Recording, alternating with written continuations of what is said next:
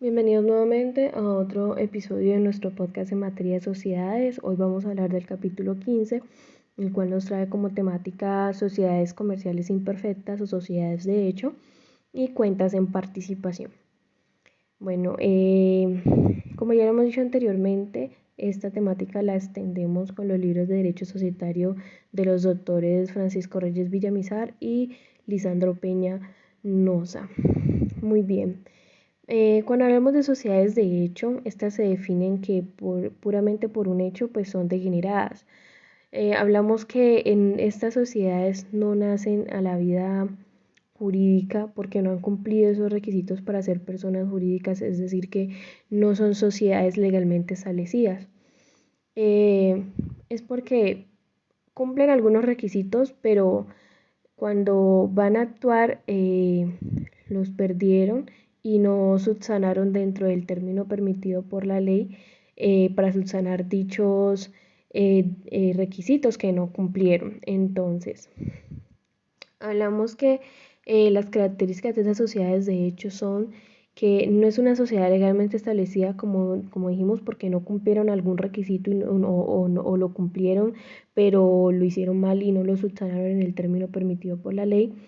Entonces también hablamos de que no es una persona jurídica porque pues no nace, no cumple esos requisitos. Entonces no surge esa persona jurídica distinta a los socios individualmente.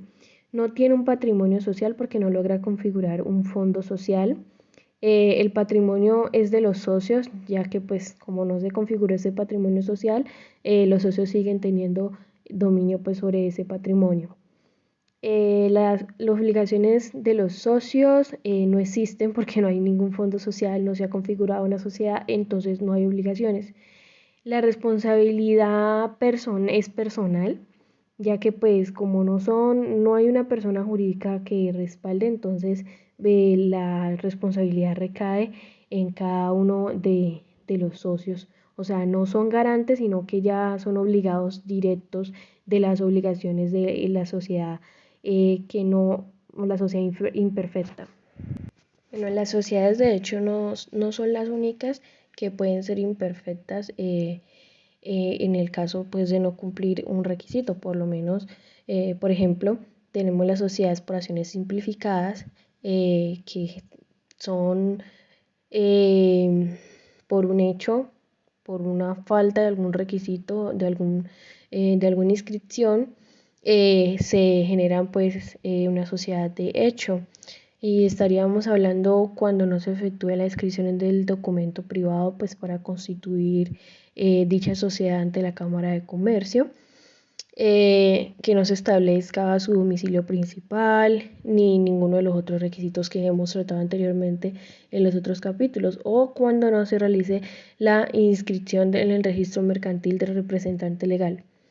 Entonces, en las otras formas societarias también vamos a encontrar diferentes situaciones en las cuales esas sociedades comerciales tradicionales se transforman en sociedades de hecho por simplemente incumplir con alguna formalidad.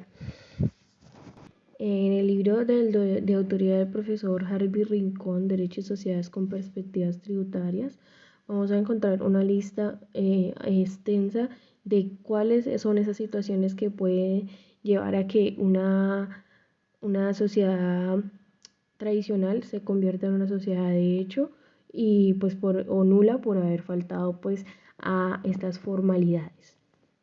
Bueno, cuando hablamos de cuentas en participación, la define el Código de Comercio en su artículo 507, la define como la participación es un contrato por el cual dos o más personas que tienen calidad de comerciante toman interés en una o varias operaciones mercantiles determinadas y estas las deberán ejecutar. Uno de ellos en su solo nombre bajo su crédito personal con el cargo de rendir cuentas y dividir con sus partícipes las ganancias perdidas en la proporción convenida.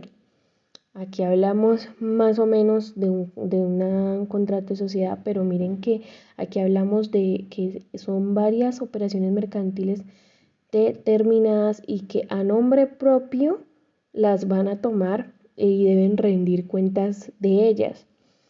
Entonces, hablamos de que la participación no estará sujeta en cuanto a su formación a solemnidades prescritas para la constitución de estas. Bueno, decíamos que parece como cuando se va a constituir una sociedad, la definición que acabamos de dar, pero la distinción está en que la participación no constituye una persona jurídica, no tiene un patrimonio social, ni un domicilio, ni cumple ninguna formalidad. También la otra distinción es que el objeto, la forma y el interés y las demás condiciones que van a regir a dicho acuerdo, a dicho contrato de cuentas de participación, la hacen de acuerdo a cada uno de los partícipes y a cada una de las funciones que ellos van a cumplir. Por lo tanto, la responsabilidad de cada uno de los partícipes es limitada al valor aportado y a la agencia y a la operación que van a cumplir. Bueno, esperamos que haya sido para claridad de todos. Este tema es algo breve, pero los invitamos a seguir con los demás capítulos y muchas gracias por escuchar nuestro podcast.